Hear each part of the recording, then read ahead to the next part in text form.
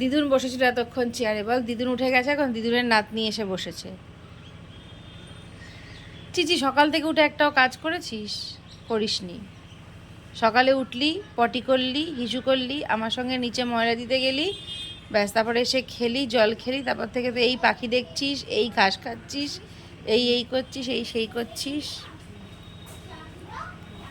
সকালে হলে উঠে একটু কাজকর্ম করতে হয় তো, নাকি? মেয়ে সন্তান, দুদিন পরে তো তোকে বিয়ে দিতে হবে। বিয়ে দিতে হবে তো, বিয়ে করবি না? তোর দিদি তো বলে দিয়েছে তোর দিদি বিয়ে করবে না, তো তুইও বিয়ে করিস না, দুই বোন থাকে একসাথে। আর বিয়ে করে কেই বা কবে পর্বত জয় করেছে বল, তাই না? ও চোখ বন্ধ করে করে শুনছে, ওদিকে দিদুন বসে সবজি কাটছে। দিদুনকে বল, দিদুন তোমার চেয়ারটা আমি দখল করে নিয়েছি।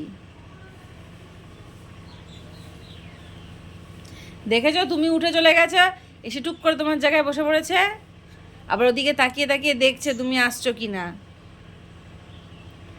ছোনতাই, ও ছোনতাই,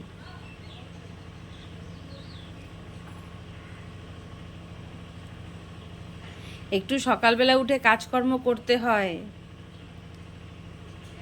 বুঝেছো? গীতায় শ্রীকৃষ্ণ কি বলেছে, যে কর্ম করে যাও, কর্ম করতেই হবে, কর্ম ছাড়া থাকা যাবে না।